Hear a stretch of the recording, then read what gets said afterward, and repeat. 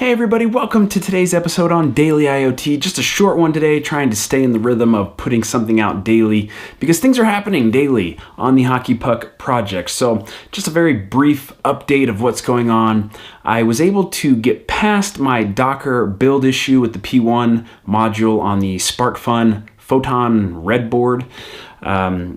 And I hate it. I hate that it's working now because I don't fully understand why it's working. All I did was I did a git pull and updated to the latest stable branch of the Particle firmware, which changes a whole bunch of files in the Particle low-level code, but also some of the make files and things like that. And I started going back through the history to try to figure out what may have changed, because all I did was update that repo, just do a git pull. It pulled down to the latest 0.7.0 version of the firmware. And now when I run a build through my Docker system with the platform equals P1 argument, I get a completely working, good to go binary for the P1 module. So, like I say, I hate that because I'm not opposed to being on 0.7.0 of the firmware, but I don't like the idea that I was forced to do that to get it to work. I didn't really get any bites on my issue on the community forum. Nathan Robinson, who is the maintainer of PoUtil, reached out and was like, hey, you should try Po. And I've talked about that in a previous episode of the things that I think it's a great project, and definitely if you're looking for a local build option for Particle things, PoUtil is something you should definitely check out. But for me, there were some things about how I had to lay out the directory structure which I didn't like, and so I had made a conscious decision already not to use Po. And so he was the only person that commented on the thread that was like, hey, I have an option that would work for you, but nothing from Particle people or anything like that.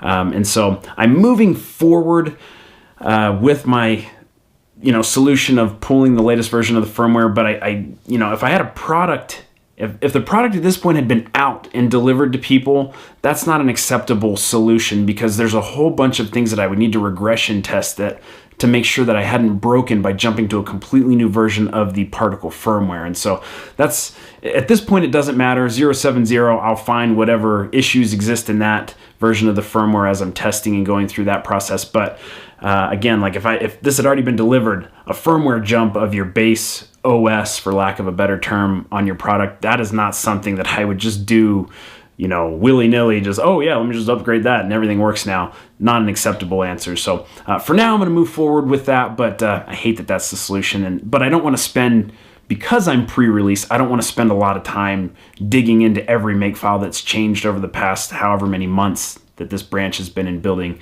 to figure out what changed to make the binary output work. And so that's the situation with that. Sort of a switching off of the technical and more onto the business side of things. I got I'm starting to spend a lot of money. I'm trying to think of a good way to put it. I'm starting to spend a lot of money. I have payments to Agility that I need to make. I'm buying screens. Hold on.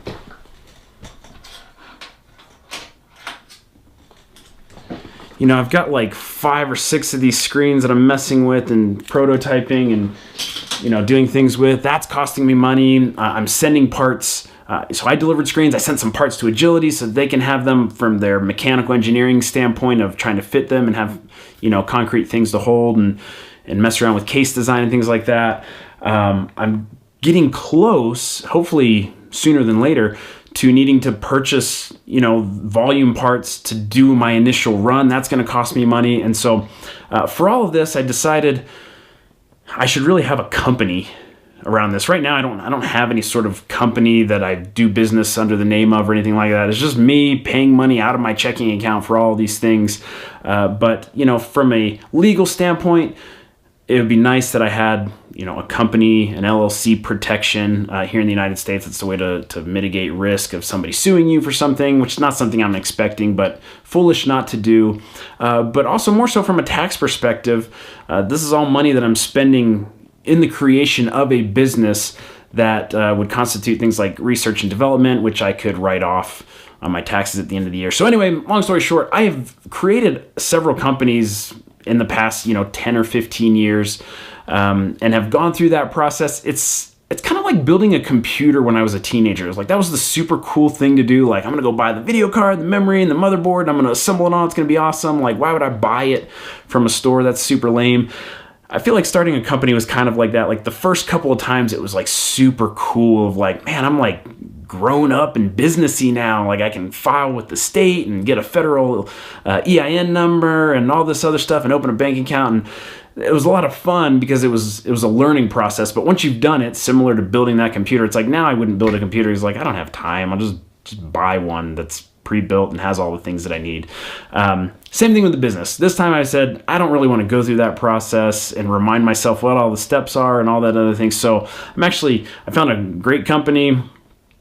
Well, I'm not going to say they're great yet. I found a company that will do all that. And there's lots of options for this on the internet of people that will start a company for you and do all the paperwork and handle all the filings and then basically just hand you, here is your on paper company that you can do business under. And so I've got that in motion. For lack of a better name, I'm calling it MakerCrew LLC.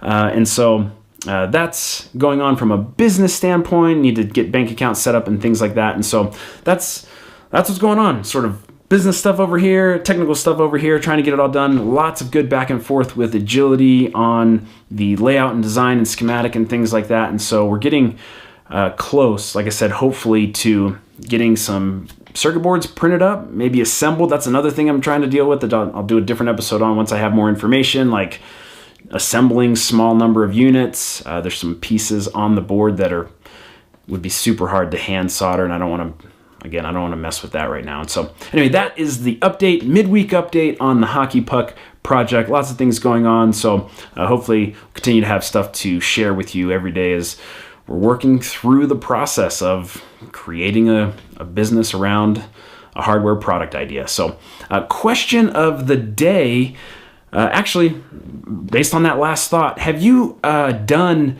small run assembly of a printed circuit board? And what service have you used for that? So you have an idea, you're not ready to go to full-scale production where you're saying I need 100 or 1,000 units assembled. It's just like this. I'm still in the prototype phase, but there's enough tight pitch parts and things like that I would rather have them reflowed by a company that can pick and place them and things like that. What service have you used for that, and would you recommend them? Stick it in the comments below. I would really appreciate it. I'm in the market for that right now, and so would love to hear any services that you've tried and liked, or services to stay away from. That would be awesome. So anyway, that's it for today. Thank you so much for watching Daily IoT, the show where together we're learning how to make the Internet of Things one day at a time.